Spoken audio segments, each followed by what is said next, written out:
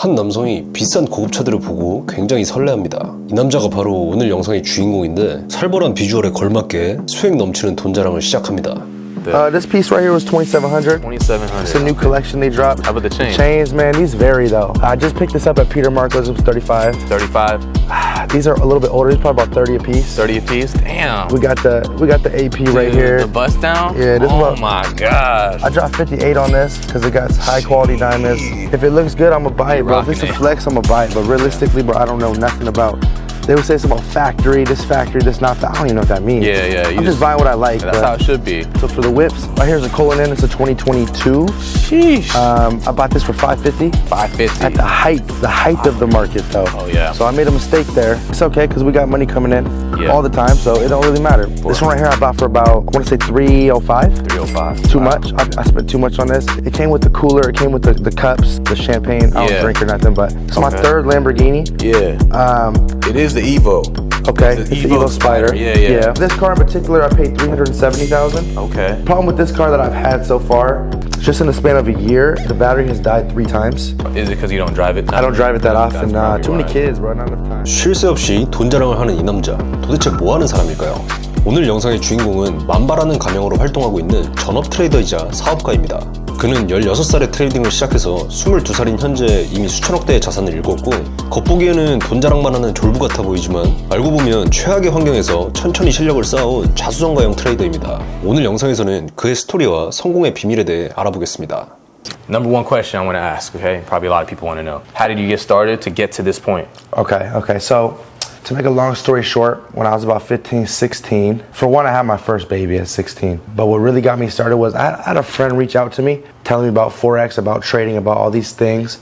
But they were going through some company. It was like an MLM where they wanted to recruit people to make money. Mm-hmm. So I joined it. And I was only 16, I was paying it was like $250 a month, some crazy number to be in it. And I started to realize with time, like the trading part, like it's not really making nobody in here any money. Everybody's trying to go to the mall, recruit, get people in, because you can also make money from recruiting. It's an MLM, a pyramid it's more scheme. team building than... Yeah, and I'm like, and I'm thinking like, bro, like this is kind of ridiculous. But while I was in there, I did trade a little bit. Well, I traded every day, but I did, I made some money.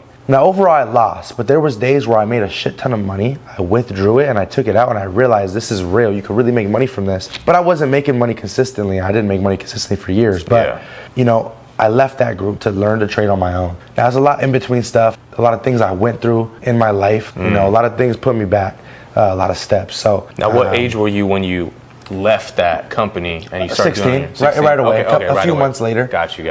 And then I quit trading for a little bit and I came back like 6 months later. I started doing stupid stuff to make money. I was selling things on the side, making money. Things I'm not proud of. It's hard to take care of your child or children doing stuff like that, always gone, trying to make money.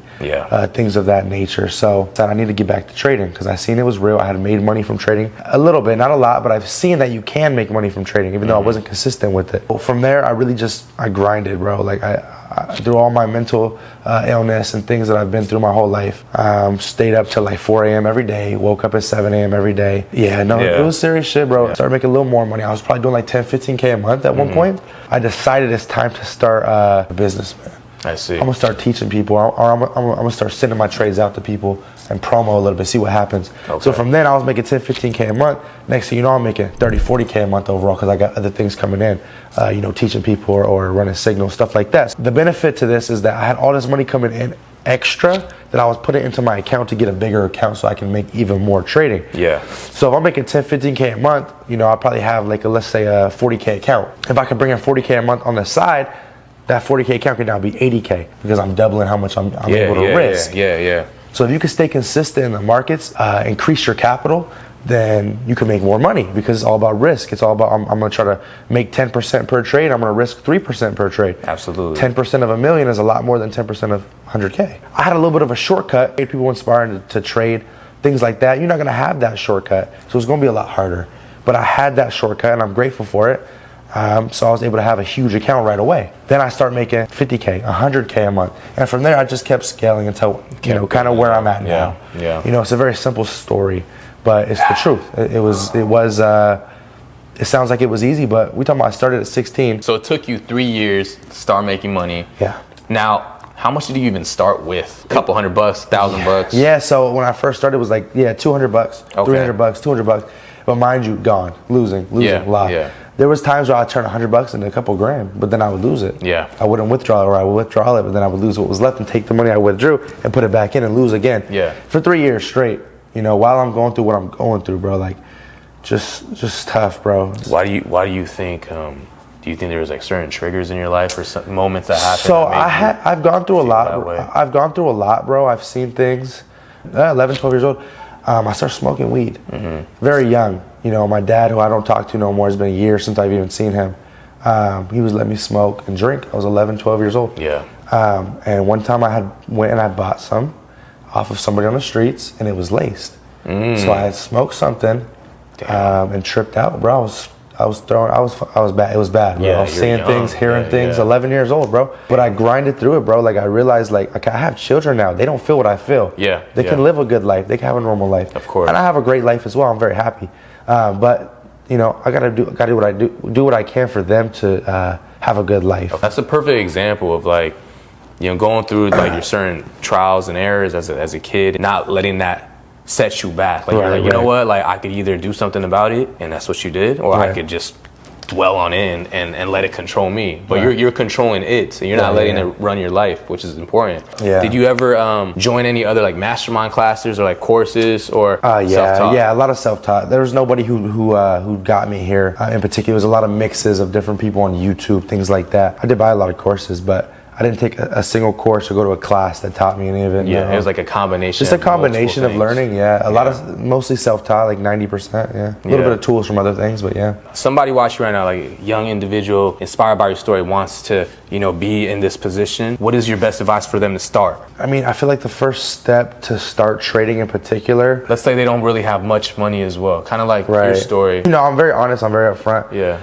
It's very hard. Trading is very, very, very hard. I make it look easy. A lot of people make it look easy. It's extremely hard. It's 95%, maybe more, but I'm saying 95% psychology. You can have a really, really amazing strategy, but if you mentally cannot handle losses, if you can't handle coming back from a loss, if you overtrade, if you revenge trade, which is like trying to get your money back after you lost it, you're going to be unsuccessful. Just prepare yourself mentally. Be ready to leave your emotions outside. Don't bring them in when it comes to trading.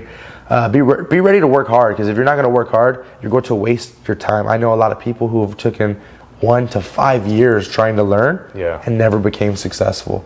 So, it's a risk. So that's a lot of it, man. And I always tell people, like, you may not be successful, and I try to help people. If you wanted to inspire somebody right now, someone that wants to do something, doesn't have to be trading, it could be whatever.